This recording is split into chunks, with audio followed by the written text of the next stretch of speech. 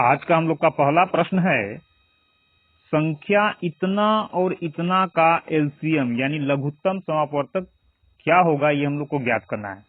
तो सबसे पहले क्या करेंगे, यहाँ 2.5 को हम लोग लिखेंगे 25।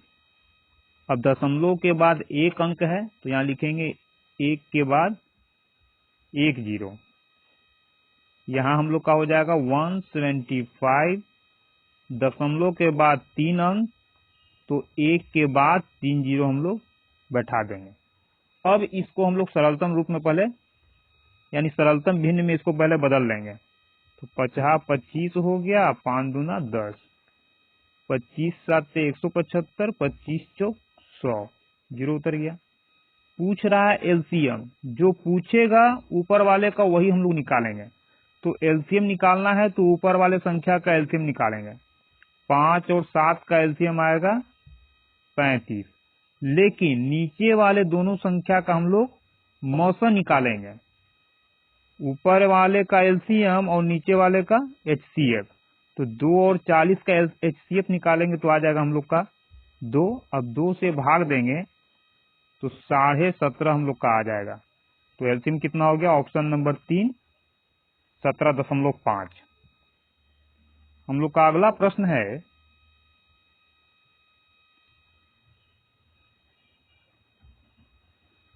यदि किसी गोले की त्रिज्या में 20% की वृद्धि कर दी जाए तो इसका नया आयतन मूल आयतन का कितना प्रतिशत हो जाएगा, ये हम लोग को ज्ञात करना है।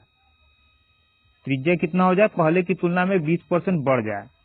पहले की त्रिज्या और बाद की त्रिज्या, किसका बात हो रहा है, त्रिज्या का। 20% वृद्धि का मतलब 20% का मतलब तो 1/, कितना हो जाएगा हम लोग का 1/5, यानी कि पहले त्रिज्या यदि 5 था तो नया त्रिज्या 1 बढ़ जाएगा। पहले 5 था तो नया त्रिज्या में 1 का वृद्धि यानी हो जाएगा 6। तो आयतन कितना हो जाएगा, किसका, गोले का। जब त्रिज्या 5 तो अनुपात में गोले का आयतन हो जाएगा हम लोग का 5 का क्यूब। तो 5 का क्यूब करेंगे तो हो जाएगा 125। उसी प्रकार से यदि गोले की त्रिज्या 6 तो अनुपात में आयतन कितना हो जाएगा, 6 का क्यूब, 6 छक 36, 6 का 216। कहा क्या जा रहा है कि नया आयतन मूल आयतन का कितना प्रतिशत हो जाएगा। ये जो नया आयतन आया मूल आयतन यानी इसका कितना प्रतिशत हो गया, यानी इससे प्रतिशत पूछ रहा है। तो तुलना इससे किया जा रहा है तो इसी से हम लोग इसमें भाग दे देंगे, यानी 125 से भाग देंगे और इसको प्रतिशत में बदलने के लिए 100 से हम लोग गुना कर देंगे। अब जो आएगा हम लोग का फाइनल आंसर होगा। तो काट लेंगे, 25 5 125, यहाँ हो जाएगा 25 चौक 100, 5 से काटेंगे, 5 चौक 20, 5 दिया 15, 5 दूना 10, दोनों को गुना करेंगे तो 4 दूना 8, 4 तिया 12 का 2 हाथ में 1, 4 16 1 17, और एक अंक के बाद दशमलव है, दशमलव बैठा देंगे, प्रतिशत में आया तो हम लोग का कितना हो जाएगा, नया आयतन मूल आयतन का 172.8% हो जाएगा। हम लोग का आंसर होगा ऑप्शन नंबर 4। हम लोग का अगला प्रश्न है, एक पिता की आयु उसके 3 बच्चे की आयु के योग की दुगनी है। 15 वर्ष बाद उसकी आयु, उसकी यानी पिता की आयु उसके बच्चों की आयु के योग के बराबर हो जाती है। तो 15 वर्ष बाद पिता की आयु कितनी होगी, ये हम लोग को बताना है। कौन कौन है, फादर है और 3 सन है, 3 बेटा, पहला बेटा, दूसरा बेटा और तीसरा बेटा, तीनों के उम्र का योग कहा जा रहा है। पिता की आयु तीनों बच्चों की आयु के योग की दुगनी है।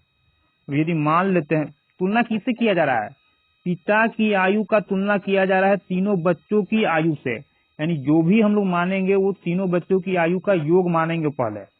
तो मान लिया तीनों बच्चों की आयु यानी उम्र का योग यदि अनुपात में 1 है तो पिता का उम्र कितना हो जाएगा, 2 गुना, यानी 1 का हो जाएगा ये 2 गुना। यदि तीनों बच्चों की आयु का योग अनुपात में 1 तो पिता की आयु इसका 2 गुना 2 हो जाएगा। अब कहा जा रहा है 15 वर्ष बाद उसकी यानी पिता की आयु उसके बच्चों यानी तीनों बच्चों की आयु के योग के बराबर हो जाती है।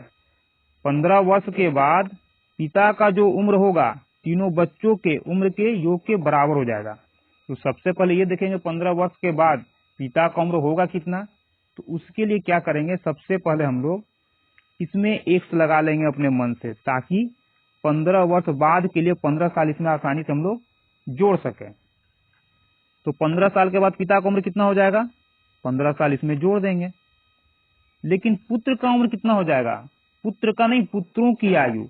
तो 15 साल इसका जुटेगा, 15 साल के बाद यदि 15 साल बीतेगा तो 15 साल इसका बढ़ेगा एज, 15 साल इसका बढ़ेगा, 15 साल इसका, यानी टोटल कितना वृद्धि हो जाएगा, 15 15 30 10 40 5 45, 15 साल इसका जुटेगा, 15 साल इसका, 15 साल इसका।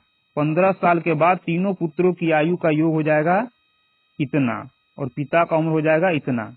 कहा क्या जा रहा है, उसकी आयु यानी पिता की आयु बच्चों की आयु के योग के बराबर होगी, यानी कि पिता का उम्र जो होगा वही तीनों बच्चों की उम्र के योग के बराबर हो जाएगा। हम लोग को क्या निकालना है, सबसे पहले x का मान निकालेंगे और x के मान के लिए यदि इसको यहां से हम लोग हटा लें तो इसका साइड चेंज हो जाएगा, तो यहाँ आ जाएगा माइनस में। इसको यहां से हटा लेंगे तो यहाँ आ जाएगा ये माइनस में। ये हम लोग का बट्टा का साइन नहीं है, सिर्फ दिख रहा है। अब यदि घटा लेते हैं इसमें से तो यहाँ हम लोग का बचेगा x बराबर, इसमें से इसको घटा लेंगे तो आ जाएगा 30। x का मान कितना आ गया 30। पूछ क्या रहा है, 15 वर्ष बाद पिता की आयु कितनी होगी। तो 15 वर्ष बाद पिता की आयु कितनी, यही ना होगा, अभी का उम्र इतना, 15 साल बाद के लिए 15 जुड़ जाएगा, यानी 15 साल के बाद 2x + 15 हो जाएगा पिता की आयु। तो निकाल लेंगे 2x का मतलब 2 × x का मान, x का मान कितना 30, तो 30 में 2 से गुना करेंगे तो आ जाएगा हम लोग का 60 प्लस 15 जोड़ देंगे तो कितना हो जाएगा, 15 साल के बाद पिता की आयु, ऑप्शन नंबर 3 75 वर्ष। हम लोग का अगला प्रश्न है, एक ठोस अर्धगोले का कुल पृष्ठीय क्षेत्रफल कितना वर्ग सेंटीमीटर है, इसका वक्र पृष्ठीय क्षेत्रफल ज्ञात कीजिए। कैसा गोला है, अर्धगोला। अर्धगोला का कुल पृष्ठीय क्षेत्रफल दे रहा है और अर्धगोला का वक्र पृष्ठीय क्षेत्रफल हम लोग को निकालना है। तो हम लोग जानते हैं कि अर्धगोला का टोटल सरफेस एरिया यानी कुल पृष्ठीय क्षेत्रफल और अर्धगोला का ही वक्र पृष्ठीय क्षेत्रफल यानी कर्व सरफेस एरिया का अनुपातिक मान होता है हम लोग का 3:2। अर्धगोला का कुल पृष्ठीय क्षेत्रफल और अर्धगोला का ही वक्र पृष्ठीय क्षेत्रफल का अनुपातिक मान 3:2 होता है, यानी अनुपात में 3:2 होगा। जबकि ये क्या कर रहा है, ये हम लोग का आया एरिया का मान। कहा जा रहा है कि कुल पृष्ठीय क्षेत्रफल का मान इतना है, जबकि हम लोग देख रहे हैं कुल पृष्ठीय क्षेत्रफल का मान अनुपात में 3 है, यानी 3 का मान 16632। निकालना क्या है, वक्र पृष्ठीय क्षेत्रफल यानी 2 का मान निकालना है। तो 2 के मान के लिए पहले 1 का मान निकालेंगे, तो इस 3 से इसमें हम लोग भाग देंगे, कितने बार में जाएगा, 3 × 5 = 15, फिर 3 × 5 = 15, 3 × 4 = 12, 3 × 4 = 12, यानी कि इतना बार में जाएगा। तो 1 का मान हम लोग का इतना हो जाएगा, या फिर इसको हम लोग इस तरह से लिख सकते हैं, 3 एकम 3 और भाग दिए तो आगे हम लोग का 3 × 5 = 15, 3 × 5 = 15, 3 × 4 = 12, 3 × 4 = 12।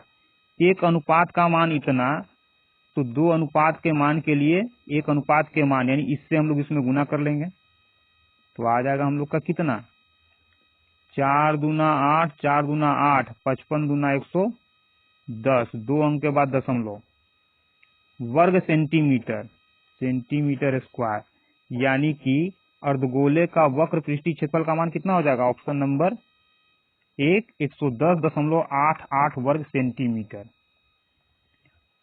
हम लोग का अगला प्रश्न है, संख्या इतना इतना इतना और इतना का एलसीएम यानी लघुत्तम समापवर्तक क्या होगा। अब लघुत्तम समापवर्तक का मतलब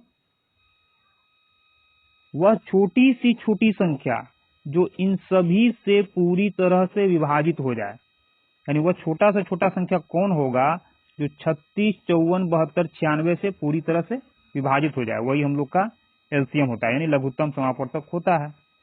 अब यानी हम लोग देख रहे हैं यदि 36 हम लोग का है तो 36 से कटने वाला क्या हो सकता है, तो 36 हम लोग का किससे किससे कट सकता है, 9 से और 4 से।